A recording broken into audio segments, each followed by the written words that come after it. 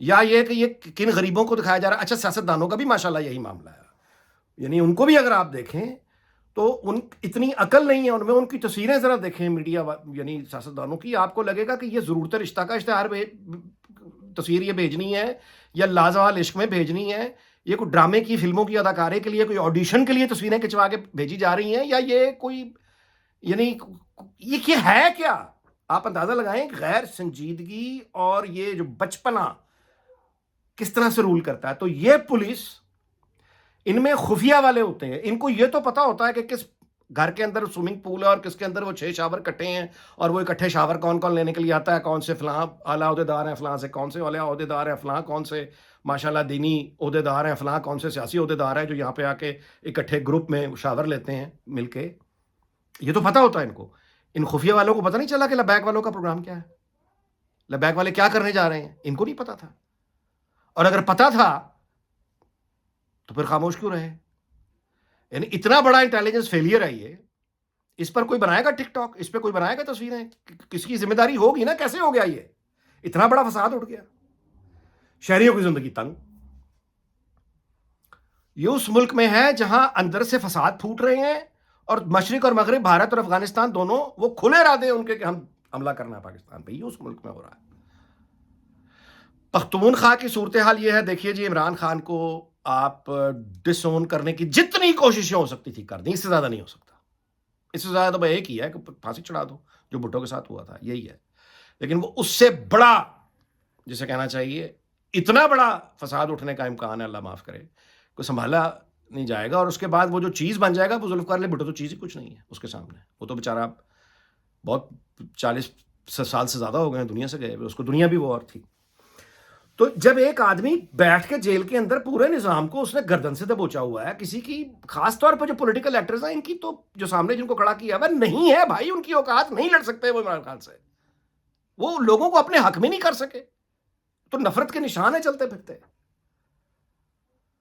تو یہ نہیں ہو رہا تو اس کو کسی نہ کسی طرح سے بات کریں. میں آپ کو وجہ بتاتا ہوں کیوں. سنگین صورتحال ہے پختونخوا کی, یعنی وہاں پہ جو مقامی آبادی ہے پاکستانی پختون ہیں, وہ اگر ہمارے ساتھ نہ رہے, غصے میں آ گئے, نفرت میں آ گئے, وہ اگر یہ سمجھے جو عمران خان نے عجیب ایک سٹروک کھیلا, وہ جس طرح سے عمران خان کو بنانے والوں نے کبھی یہ نہیں سوچا کہ اس کا ملک پہ, جنرل باجوہ نے سوچا تھا کہ پاکستان کا کیا بنے گا, جنرل فیض نے کبھی سوچا تھا کہ پاکستان کا کیا بنے گا, جو میں کر رہا ہوں اس کا نتیجہ کیا نکلے گا پاکستان کے حق میں, اس نے کبھی سوچا تھا؟ عمران خان بھی نہیں سوچ رہا. تو پاکستانی پختون جو ہے وہ غصے میں آ کے اپنا سیاسی انتقام لینے کے لیے کھڑے ہو جائیں, پیچھے افغان طالبان ہیں. تو فوج نے کس کس سے لڑنا ہے میرے بھائی؟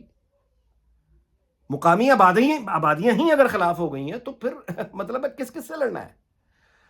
میری گزارش یہ ہے کہ بہت سنگین پختونخوا کی صورتحال ہو گئی ہے. سہیل آفریدی کو نامینیٹ کر کے اس نے انتہائی, یعنی اب کیا اسے کہیں, ایسا داؤ کھیلا ہے کہ اس ہکا بکا کر دیا, اس نے سب کو ڈیفینسو پہ ڈال دیا. اب سہیل آفریدی کو آنے دیتے ہیں تو مصیبت, نہیں آنے دیتے روکتے ہیں تو مصیبت. وہ غصہ تو سرایت کر جائے گا, جو پہلے ہی بہت ہے, مزید آ جائے گا, اوپر سے افغان طالبان ہے. تو یہ بہت سنگین مسائل میں ہم پھنستے چلے جا رہے ہیں. میں آپ سے گزارش کروں کہ دیکھیے تاریخ بھری پڑی ہے کہ جب اندر سے فساد پھوٹتے ہیں تو ہمسائے پھر کیا کرتے ہیں. ہماری اپنی تاریخ بائی دا وے کو بہت خوشگوار نہیں ہے. جب ایسٹ پاکستان ڈھاکہ فال ہوا ہے نا, تو ایک میں نے کسی کتاب میں, اب ریفرنس مجھے یاد نہیں, میں نے کسی کتاب میں امریکن ایمبیسڈر کا کامنٹ پڑھا تھا کہ ایک پاکستانی ڈپلومیٹ نے اس سے شکوہ کیا کہ امریکہ نے کو ہمارا ساتھ نہیں دیا جب ہو رہا تھا ایسٹ پاکستان. بائی دا وے اس وقت امریکہ اور پاکستان کے تعلقات مثالی تھے, بہت کمال کے تعلقات تھے. پاکستان اور امریکہ کے تعلقات برے نہیں تھے. امریکہ تو بڑے لاڈ اٹھا رہا تھا پاکستان کے اس زمانے میں, لیکن ہماری حماقتیں اتنی زیادہ ہو گئی, امریکہ کیا کرتا. اینی وے, پاکستانی ڈپلومیٹ نے شکوہ کیا امریکن ایمبیسڈر سے کہ آپ نے کوئی ہمارے ساتھ, یہ دیکھنا انڈیا نے کیا کیا ہمارے ساتھ. تو اس امریکن ڈپلومیٹ کا جواب تھا کہ میرے دوست, اگر تمہارے گھر میں آگ لگی ہو تو تمہارے ہمسائے کا پورا حق ہے کہ وہ آ کے تمہارا گھر لوٹ لے. یہ ہے طاقت کی دنیا اصل, کہ آپ کے گھر میں آگ لگی ہوگی, ہمسایہ پانی لے کر نہیں آئے گا, وہ لوٹنے آئے گا. تو ایک طرف بھارت ہے جو کھل کے کہہ رہا ہے کہ ہم نے اٹیک کرنا ہی کرنا ہے, دوسری طرف طالبان ہے جو ان کے اب ایک بھارت اور ان کے جو ہو گئے ہیں، تو دونوں طرف سے اگر ایک سیریس اٹیک کا خطرہ ہے، اندر فساد مچے ہوئے ہیں، سمجھ سے باہر ہو جاتی ہے بات. یعنی اگر پہلے پاکستان کو رکھنا ہے تو سب سے پہلے میرے بھائی اندر اتحاد پیدا کرنا ہوگا. اپنے مقامی آبادیاں ساتھ ہونی چاہیے. قوم تو ایک ہو. اور قوم کے غصے کیا ہیں بائی دا وے؟ سیاسی یہ کوئی بات ہے؟ وہ جس طرح کی سیاسی فیصلے قوم کرنا چاہ رہی کرنے دو انہیں. یعنی کون سا سارا کا سارا یعنی عمران خان یا کوئی اور جماعت یا کوئی یہ لوگ آ کے چنگیز ہلاکو خان ہے کہ یہ آ کے وہ گردنوں کے مینار لگا دیں گے؟ کسی فریم ورک کے اندر رہ کر ہی کام کرنا ہوگا نا. یہ سیاسی غصے لوگوں کے نکالنا بڑی ضرورت ہے. میں آپ سے گزارش کیے چلا جا رہا ہوں کہ اندرونی فساد پھوٹ پڑے، زیادہ سنگین ہو گئے، دو طرف سے بھیڑیے بیٹھے ہیں دیکھنے، اور ایک بہت تپا ہوا ہے. بھارت بہت تپا ہوا ہے. ان کی ایسی کی تیسی پھری ہوئی ہے جنگ ہارنے کے بعد مئی میں. وہ چھوڑیں گے؟ ادھر افغان ہے، یا وہ چھوڑیں گے؟ بالکل اب ناقابل فہم ہو گئی ہے. اللہ تعالیٰ رحم کرے. ایک جہاز ہے سمندری طوفان میں گھرا ہوا ہے، دو طرف اس کے لوٹنے والے جو ہیں بڑے شپس آ رہے ہیں، اور جو شپ ہے طوفان میں گھرا ہوا انہوں نے حکومتی ایکٹر رکھے ہوئے ہیں. وہ سامنے لوگوں کو وائلن بجا رہے ہیں، کوئی گٹار بجا رہا ہے، کوئی گانے سنا رہا ہے کہ نہیں جی سب ٹھیک ہے سب ٹھیک ہے. اور باقی جو ہے وہ طاقت وہ ایک دوسرے پہ چھینا جھپٹی جا رہی ہے کہ جہاز چلانا کس نے، کنٹرول کس کے پاس ہوگا. وہ ادھر پڑا ہوا ادھر پڑا. کیا ہے یہ؟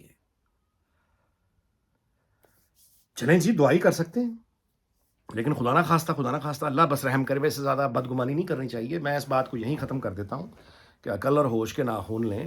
غربت نے پہلے اصل میں لوگوں کا غصہ نکلتا ہے جی اپنا ذاتی. مہنگائی نے مارا ہوا ہے، غربت نے مارا ہوا ہے. وہ سارے لبیک کے لیے جو نکلے ہوئے لبیک کے لیے تو نہیں نکلے ہوئے، اپنے غصوں اپنے غموں کے لیے نکلے ہوئے ہیں. ان کو کوئی اور صورت مل گئی تو کیا ہوگا؟ سلاب زدگان پہلے تباہ حال بیٹھے ہوئے ہیں. پختونخوا میں کسی کی صورتحال کنٹرول میں ہی نہیں ہے. مطلب ہے کہ غصہ اور بندوق اور ضد اور انا نیچے کرنے کا وقت ہے. ہر چیز بندوق سے نہیں ہوتی. آگے بھی تو بندوقیں نکل آئی ہیں نا، یہ ہر جگہ نکل آئی تو پھر کیا ہوگا؟